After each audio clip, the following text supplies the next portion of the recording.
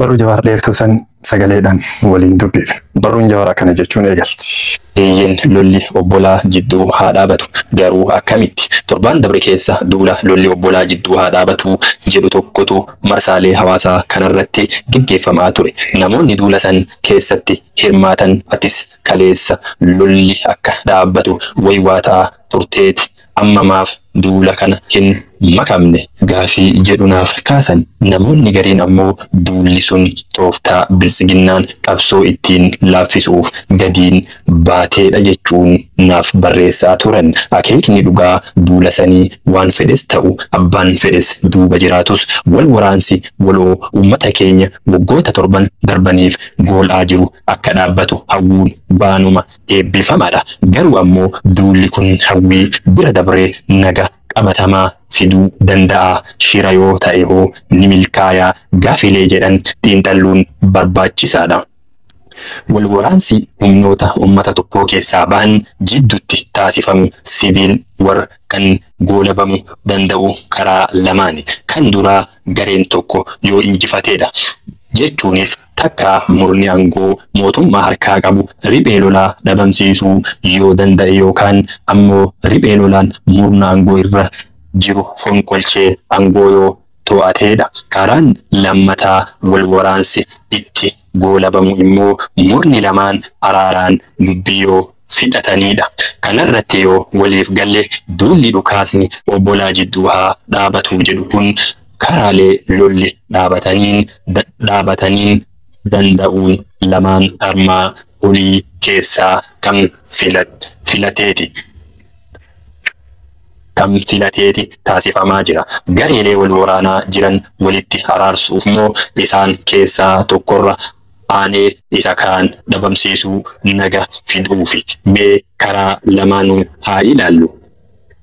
Warri duula kana eegalan akeekni isaanii araara buusuu akka ta'e himu. Mee dhugaadhaa jennee haa fudhannuuti. Araara buusuuf ni milkaa'u moo gaafii jettu haa xiinxallu. Wal waraansi Oromiyaa keessaa sadarkaa maanguddoo biyyaatiin atis dhiis jechuun dhaabbatu bira erga dabree bubbuleera. Sun waan an jedhe osoo hin taane kan qaamonni wal waraanaa jiran lachuu amananii fudhatanidha. Bilisiginnaa fi waboonis dhugaa kana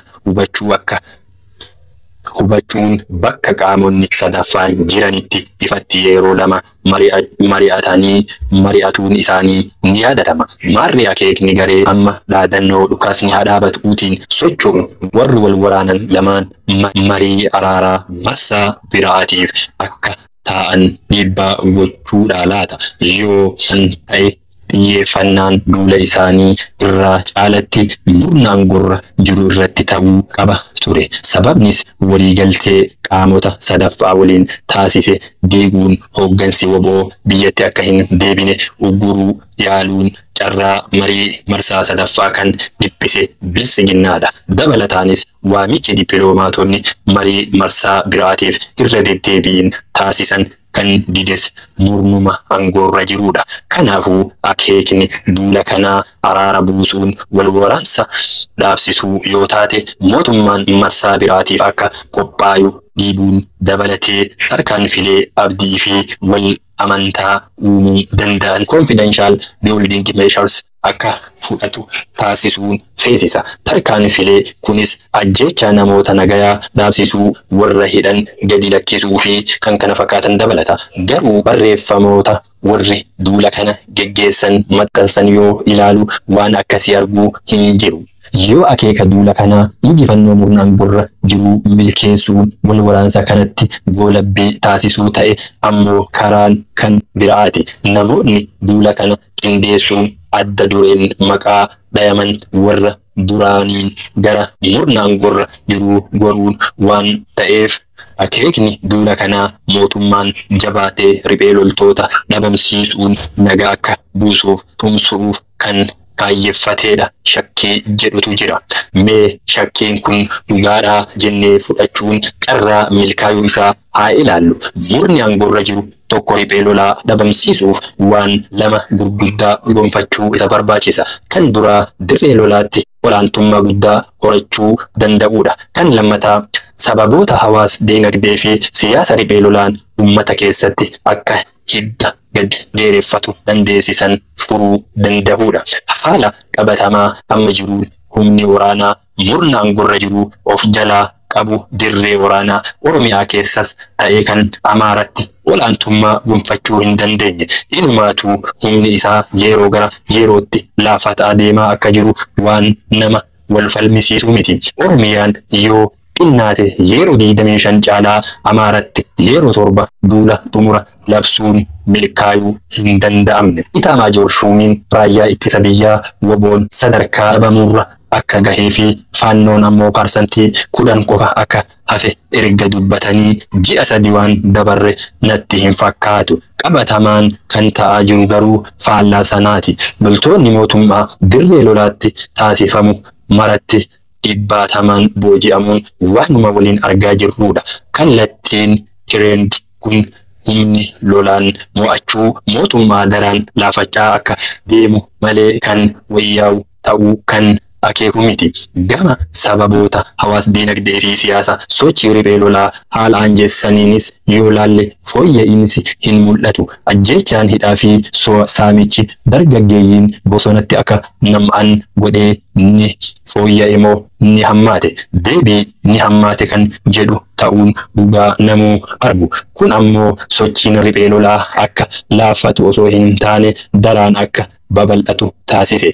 Ragaan kanaa ammoo godinaalee sochiin lolaa keessa hin turinitti babal'achuu fi kan keessaa dhabamee turetti akka haaraatti jabaachuudha. Fakkeenyaaf yaaliin WBO'n sochii isaa gara godinaalee Arsii fi Harargeetti babal'ifachuuf taasise yeroo dheeraaf milkaa'uu hin dandeenye ture. Sababni kanaa ammoo naannolee Oromiyaa kun baroota 1970moota irraa kaasee duubee fi dirree qabsoo hidhannoo Oromoo turerraa kan ka'e uummanni lolaan daarikaa'ee waan tureef ji'oota dabran kana garuu riphee loltoonni gaara Cilaaloo hanga laga Gobeelleetti laaftutti babal'achuuf hidda gadi dhaabbachuu danda'aniiru. Kun maaliif akka ta'e hubachuuf jiraattota naannoo sanaa odeeffachuun ture. Sababni isaan tarreessan keessaa ajjeechaa fi saamichi qaamota mootummaatiin raawwatamuu daraan hammaachuu fi dargaggeeyyii akka bara dargiitti humnaan guuruun waraanatti naquun dhuunfaan erga duuti hin oolle roorroo eetti dhufte ofirraa faccisuun wareegamuu wayya yaani jedhu ummata gadi seenuun hubadhe. Kanarraa kan ka'e dargaggoonni kumaatamaan WBO'tti dabalamuu qofa osoo hin taane ummannis qeebalee jira. Godinoota sochiin WBO itti laaffate yookiin dhabame turettis haaratti dagaaguu agarra. Fakkeenyaaf gaafa jaalsanyiin faan gara mootummaa galan booda aanaalee Shawaa Lixaa hedduu keessatti sochiin riphee lolaa sadarkaa dhabamuu gahee ture. Garuu ji'oota muraasa keessatti deebi'ee biqiluu yeroo ammaa humna mootummaa gadi dhiisee bahuu fi dirqama jira. Kanas maaliif jedhe odeeffachaan ture. WBO'n bahee lolli dhaabannaan ummanni humna tokko gaaga'ama lolaa waggootaaf isa goolaa ture irraa haara galfatee ture. Garuu ammoo haara galfiin sun hedduu hin turre. Akkuma humni mootummaa deebi'ee qabateen kaabinee fi milishaan ummata hiraarsuu eegalan. San dura WBO'n gargaaraa turtan jechuun namoota ajjeesuu hidhanii mallaqa irraa funaanuu faashina ta'ee gadaddoon kun riphee loltoonni godinaalee ol'aa jiran qubsuma akka bal'ifatan haala aanja'aa uume. Dargaggoonnis du'aa fi hidhaa dheessuun haaratti WBO'tti galuu eegalan. Warrummaan dura harka kennates dhiitichaa fi ajjechaa dheessuun bosonatti deebi'anii haala kanaan bakka jaalsanyiin faan irraa galan yeroo waggaa tokko hin guutinitti WBO'n bosonatti hafee deebisee dhuunfachuu danda'e. Maarree warri har'a dhaadannoo dhukaasni obbolaa jidduu haa dhaabatu jettuun gadi bahan kun lolli Oromiyaa keessaa injifannoo murna aangorra jiruutiin akka goolabamu taasisuu akkamiin danda'u laata? Humna waraanaa murna aangoo harkaa qabu cimsuu danda'u moo haalota hawaas dinagdee fi siyaasa bal'inaan sochii riphee lolaaf haala mijataa uuman hir'isuu danda'u laata? Humna waraanaa mootummaa cimsuu yoo taate waan yaalamee bu'aa hammasii hin buusinidha. Ajajoonni waboo jajjaboo jedhamanii erga mootummatti makamanii booda duula farra riphee lolaa irratti bobbaafamanii turan. Bu'aan isaan buusan garuu ammas miti. Maaliif humni waraana mootummaa kan laaffateef hanqina hooggansaa, tarsiimoo fi adeemsa siyaasaa irraa kan madde waan ta'eef hamma sun furamutti namoota muraasa dhiisii miiliyoonaan yoo itti makamanis deebisanii cimsuun injifannoo gonfachiisuun hin danda'amu. Ajjeechaa fi saamicha qaamota mootummaan raawwataman kun dargaggeessaa fi uummanni riphee lolatti akka hammatamu taasisan hir'isuus yoo taate sadarkaa sirnicha irraa gahe kanatti waan milkaa'u miti. Kana hubachuuf ammoo adeemsa umurii sirna abbaa irree hubachuun barbaachisaadha. Namoonni alarraa itti makamuun waan qajeelchuun ni danda'ama ture. Sadarkaa sadaffaa irratti sirni ofitti nama hin butu. Sadarkaa arfaffaan gaafa sirnichi tortoree daddaaquun balbala banatee guuza yaamatu eegaletti ammoo dirmachuun bifa kamiinuu baraaruun hin danda'u. Sadarkaa arfaffaan umrii abbaa irree sadarkaa arfaffaa goflee stage 4 kaansarii wal fakkaata. Yaaliin Abiyyi sirna abbaa irree nam-tokkee ijaaruuf taasise biyyattii wal waraansatti galchuun diinagdee fi nageenya biyyattii waan unkureesseef yeroo ammaa sadarkaa tortoruu irra gahee jira. Kanaafuu namoonni dhibbaatamaan sabboonummaa, beekumsaa fi murannoo guuttatanii itti seenanis ofitti dibuuf waliin kufuu yoo taate malee carraan sirnicha keessaan jijjiirama fidanii humneessuun carraan dirree lolaa irratti riphee loltoota akka injifatu taasisu hin jiraatu. Har'a gaafa sadarkaa tortoruu irra gahe kana dhiisaatii warri sadarkaa jalqabaa lamaan irratti sirnichatti makamanuu jijjiirama homaa fiduu hin dandeenye. Adeemsa aangoo qabaachuu hanga komboluu sirna abbaa irree irratti gara fuulduraa bal'isee waa barreessuun yaala.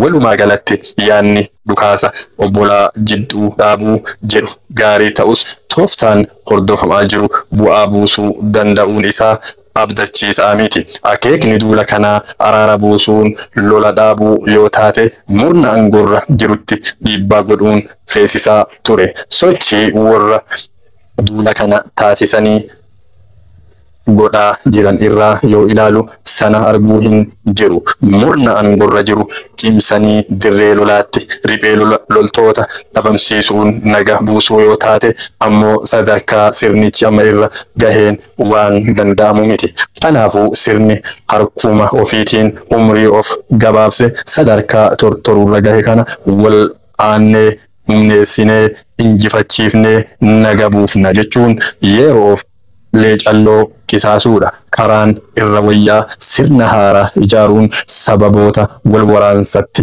nu geessan hiddaan fuun naga waaraa buusuuf carraaquudha. An kan jedhu yoo xiinxalli kiyya dogoggora ta'e tooftaan isin filattan milkaa'e biyyaa fi uummanni keenya naga argate gammachuun kiyya hoongan qabu waan ta'u waliin agarra kan jedhe Jawaar Muhammad. An dubbiin hambifannee biyyinaan qalbifanne osoo jette dhumarratti. Kana durallee waan guddaa jettee dhageettii dhabde malee wannummaan ati hin jedhin waan hin jirreef an jechaan hambifannee biyyinaan qalbifanne. Galatoom Jawaar.